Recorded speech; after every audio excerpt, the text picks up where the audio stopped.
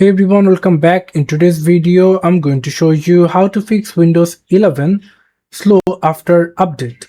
Just restart your PC, and if your restart is completed, and then you can simply open your task manager.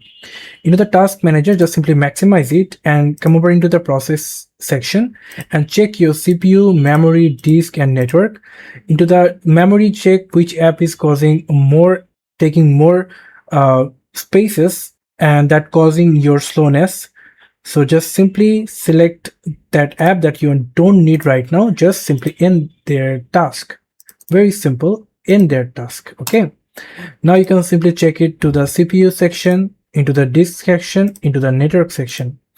After complete that, you can simply go for your settings. Into the settings, you have to come over into the app section and make sure into the startup apps, uncheck some of apps that are not needed when you start your computer. And these two settings can simply solve your problem. Thank you so much for watching. I hope to see you in another videos. Till then, goodbye.